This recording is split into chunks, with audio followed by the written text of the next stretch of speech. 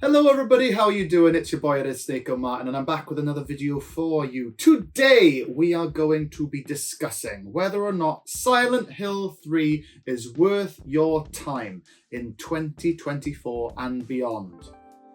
So, is it? Yes. Yeah. That's my answer to that. Usually on the other videos you could leave around that point, but this time I would implore you to stick around just a smidge to figure out why I can't definitively say yes, go and play this game. Now, Silent Hill 3 is my original copy on the PS2. What a game. However, without spoiling anything, you really need to play the original Silent Hill before playing this. Silent Hill 2 is obviously a game that's just been remade, and I think some people might think, oh, well, I'll play Silent Hill 3. They'll look up that Silent Hill 1 was obviously a PS1 game, and they might think, oh, that's a bit old. This PS2 version, oh, this looks great, we'll jump in. And by the way, this game looks fantastic. They would jump in, and I feel like it's the worst time to jump in. You really miss a lot of what this game has to offer if you haven't played the first one. I can't explain that enough. It is so pivotal to the story and to the characters, the motives, everything. To really understand this game, I would say you need 1. 2, separate completely.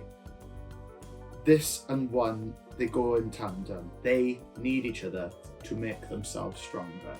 Now let's talk about what makes this game incredible, and I kind of briefly did earlier. But the graphics of this game are insane. This game came out in 2003, 21 years ago. That is so long.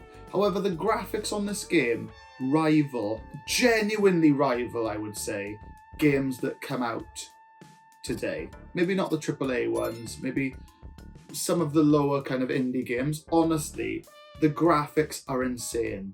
I played this on DuckStation and upscaled the textures, and it's insane. The lighting is so good. The animations, everything about this is improved tenfold over 2. And I thought 2 looked good. This is the best looking Silent Hill game that I have played, and I've played 1, 2, 3 and 4, not including PT. But this game is incredible. The way the light works is honestly better than most games that have come out. The shadowing, if you're shining a torch through some bars, it will do it properly as if it was in real life. It's amazing. I kept saying during the playthrough, I can't get over the graphics of this game. I can't get over it. Honestly, I still can't believe that this game is 21 years old. It's baffling. Insane. I can't even right now. I can't even. The enemy and the character designs are so good. The enemy specifically, you've got those weird stand-up-y kind of axe-wielding things. You've got the spinny, horrible, demented-looking things. Everything looks truly monstrous in this game, and oh, it works so well. It does have a wonderful juxtaposition as well. How it's set a lot of the time in much more modern locations. Silent Hill 1 and 2 obviously are set in like these kind of rural towns. Well, Silent Hill is a rural town. But this one feels way different, and it had me questioning a lot of it until a certain point. I'm not going to spoil it, but you're in shopping plazas and shopping malls, you're in train stations, you're in all sorts of places that aren't too dissimilar to what you and I are used to being in now. And that feels weird. It gives it a different type of horror, really like the horrors of Silent Hill have come into our world. I know in the other games we kind of teleport to Silent Hill, to that hellscape, and expect that to happen with this. But I almost feel like it's scarier in the normal world because of how normal everything looks. And it really does portray that well with the story as well. The character you play as is named Heather in this game, and the way she deals with it maybe not necessarily how we would. I would probably scream and run away. However, Heather is a up-and-comer. She is a 18, 19-year-old girl who is, I'm going to use the term spunky. She's spunky, full of spunk, absolutely trash talking everything. One of my favourite parts about this game is how they really get the character across in some of the things you click on. So if you go over to the shelf, for example, Harry Mason might be like, huh, a bunch of games. She'd be like, wow, games.